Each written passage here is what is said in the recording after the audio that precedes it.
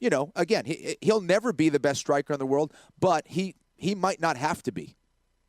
Yeah, right. Now, I am prone to some of that, and I talked to you about this, right? We all are. And speaking in absolutes, and I'm certainly, I think, more of a fanatic on this podcast than I am in my day job, which is as a play-by-play announcer for the UFC. But I wanted to bring this up with you. Brendan Schaub, our buddy, tweeted after the fight that Khabib Nurmagomedov would now be the betting underdog against Tony Ferguson and Conor McGregor on the heels of this performance. Now, we have talked about the Conor-Khabib fight. Kenny and I both think it's pretty close on paper. Conor McGregor is the guy that Kenny and I would pick to beat Khabib if we had to choose somebody in this top 10 to beat him.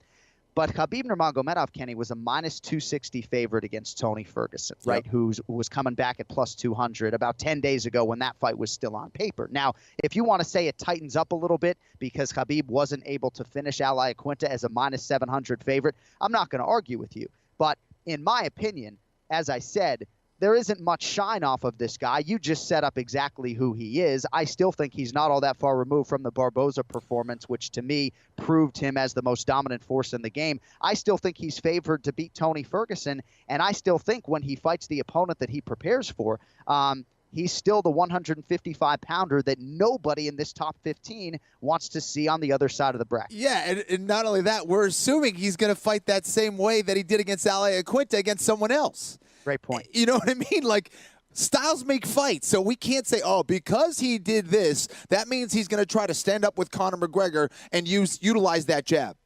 Right.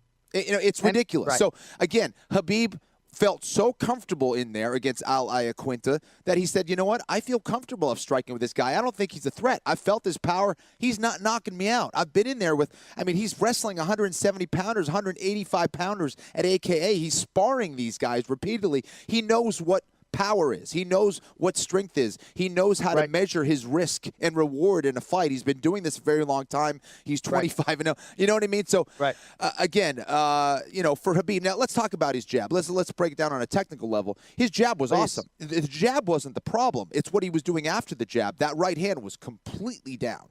And after he was jabbing, he was dropping his hands. I think what he was doing, he wanted Al to come forward so he could hit the takedown. So, again, this is Khabib Nurmagomedov. He knows exactly what he's doing. Does he have the best striking in the world? No, he doesn't. That's never been his strength, but he really hasn't needed it. Right. He's never been knocked down in 26 pro fights, and so I know defensively, certainly there are things that a lot of people believe he can shore up and even just as simple as maybe raising his guard more consistently. But perhaps that's a byproduct of never having been knocked down. And once that happens, maybe he'll make some changes. But I thought you hit on a very important thing in terms of the evolution of an elite fighter, because you talk to any chief corner type about any elite fighter, and it's about sending a different fighter out every time. It's not about sending the same guy out there. Khabib's going southpaw in training right now. Javier Mendez is looking at him like, what are you doing, man? It is a constant evolution, and hopefully Khabib can just stay active. He has mastered this weight cut now, and that is a very good thing. So hopefully we get Khabib at least once more here in 2018. We'll circle back more to him later, Kenny, but I want to segue to Rose Namajunas and Joanna Jędrzejczyk. Wow. And I would think that this would be even more satisfying a win for Rose. In fact, I know it is because I was texting with Pat Barry last night. This is an amazing result that she would be able to beat Joanna Jędrzejczyk in a kickboxing match like this. And forget about the numbers and what they say, right? This was a clear 3-2 in my mind for Rose Namajunas. And I just have so much respect for this 25-year-old and the way she carries herself and the way, despite being admittedly as emotional as it gets, she can still succeed in the toughest sport in the world, man. A lot of respect for Joanna in defeat, certainly, but Thug Rose Namajunas does it again, my man. One of my favorite fights of the year. This was a very technical fight. For Joanna, you could see she was very, very nervous. She typically is kind of a slow starter, in my opinion.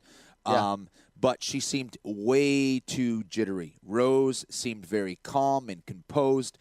But more than anything else, John, I think the big difference between these two women, Joanna was fighting, and Rose had a plan. She kept going to the same combinations. Why? Because she knew that Joanna was exposed with that left hook.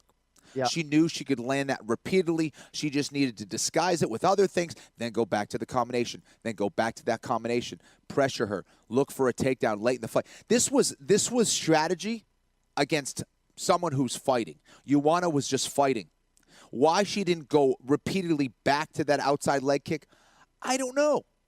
You know, if she was able to do that, she would have not only taken away that left hook, she would have slowed Rose Namajunas down. She would have been able to back her up and then take advantage of the fight. I had the first 2 rounds for Rose Namajunas. I had the next 2 rounds for Joanna Jędrzejczyk. That fight was coming down to that last and final 5th round. Yep. And it was Rose. It was Rose who was able to back her up, ignoring the pain I'm sure that she was feeling a little bit in that lead leg. Joanna was not attacking it, so she was free to come forward, keep continuing to land some nice combinations on the inside on Joanna.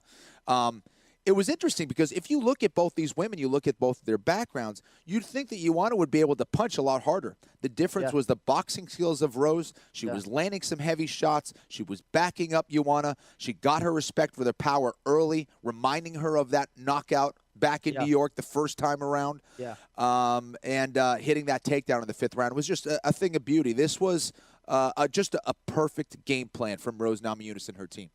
And when you talk about clutch performances, sometimes in MMA you don't look at that 5th round and say, man, was that clutch, right? Amazing. But think about a 2-2 fight, and the most dominant round of the fight was Rose in round 5, leaving no doubt in anyone's minds that she had won that fight. Of course, on the judges' scorecards, I don't think she actually needed it because it was 49-46 across the board, but she certainly fought that last round as if she needed it. Now, in terms of Joanna Jędrzejczyk, and I got to say, too, Trevor Whitman's a damn genius. I know you have to have the athlete who can go in there and execute the game plan, but that guy is next level in terms of what he has done and with Rose at 25. But for Joanna, Kenny, I know she went to the leg kick, and we've seen some evolution, but largely there hasn't been much evolution inside the octagon. She's doing everything in training. She's offensive wrestling in training. She's defensive wrestling. She's grappling. When she's in MMA, Kenny, she's doing one thing, and the opposition – you know, they don't have that many things to prepare for. Again, I don't know the circumstances around her training camp. I do have a friend who is there at ATT and a very well-known guy. But, you know, he's not sure that they have the best game planning going on over there right now. This is what I'm hearing. I don't know if that's the case. But watching the fight, that may be true. And she has awesome coaches around her. I think she's being trained very well. How good of a game plan, how well they're preparing for Rose Namajunas, though, I don't know. You know, I would imagine that Joanna is getting better as a fighter and all that stuff. Yeah. But at the end of the day, you do have to have these game plans. And sometimes they get specific depending on the fighter. Sometimes they don't. What did they do to expose Rose? I don't know. It didn't seem like Joanna had a very specific game plan on what she wanted to do, what specific combinations. She was just throwing a bunch of stuff, which is great. She's good enough to maybe pull it off, but not against Rose Namajunas. And I know that Joanna thought she won the fight. I was impressed with her heart, with the fact that she definitely experienced some adversity early on, being down 2 rounds, in my opinion, in that fight, and coming back and starting to mount her comeback.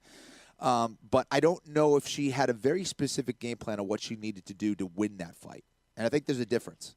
And even if there is a trilogy fight between Joanna and Rose, I'm not suggesting that all of a sudden it would be a game plan rooted in ground fighting for Joanna, right? But I just don't know, as dominant as she was in this division, I just think that as the division evolves and as the fellow elite fighters evolve, it's going to get harder. Jessica Andrade in a rematch with Joanna Jędrzejczyk, in my opinion, might even be favored. Quickly, Kenny, before we get to Glendale, do you think that Jessica Andrade is going to be next for Joanna Jędrzejczyk? It would seem to me, for Rose. For Rose. It would seem to me like with those 2 wins back-to-back for Jessica Andrade, Tisha Torres, and Claudia Gadelha, she's getting a second title shot here against Rose, maybe late summer, early fall. Man, I think she deserves it. I think Andrade deserves it. And I also think it's a very tough style matchup for Rose Namajunas. But Rose just continues to get better. She really impressed me in this fight. I thought Joanna was going to edge her out. It was Rose who edged her out, maybe even did more than edge her out. I was blown away by her performance. Rose Namajunas is the real deal, and I would love to see her hold that belt for a long time. She's amazing for the sport, man. She's exactly what the sport needs. She really is. She really is. Just all class, dripping with class. Octagon News.